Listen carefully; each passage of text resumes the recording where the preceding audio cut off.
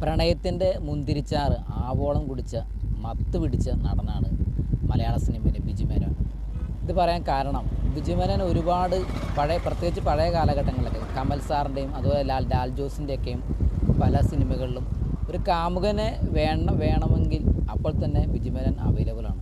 കാരണം ഒരുപാട് സിനിമകളിൽ നല്ലൊരു കാമുകനായിട്ട് ബിജു മേനോൻ അഭിനയിച്ചിട്ടുണ്ട്. തീർച്ചയായും ഒരു മനുഷ്യൻ്റെ ജീവിതത്തിൽ കൂടി കടന്നു പോകുന്ന 4 പ്രണയങ്ങൾ, അതായത് ബാല്യം, യൗവനം, അതുപോലെ തന്നെ മിഡിൽ ഏജും, അതുപോലെ തന്നെ വാർദ്ധക്യത്തിലേക്ക് നിൽക്കുന്ന ഒരു മനുഷ്യൻ്റെ അവസ്ഥ, ഈ 4 അവസ്ഥകളിലുള്ള പ്രണയമാണ് ഈ സിനിമ.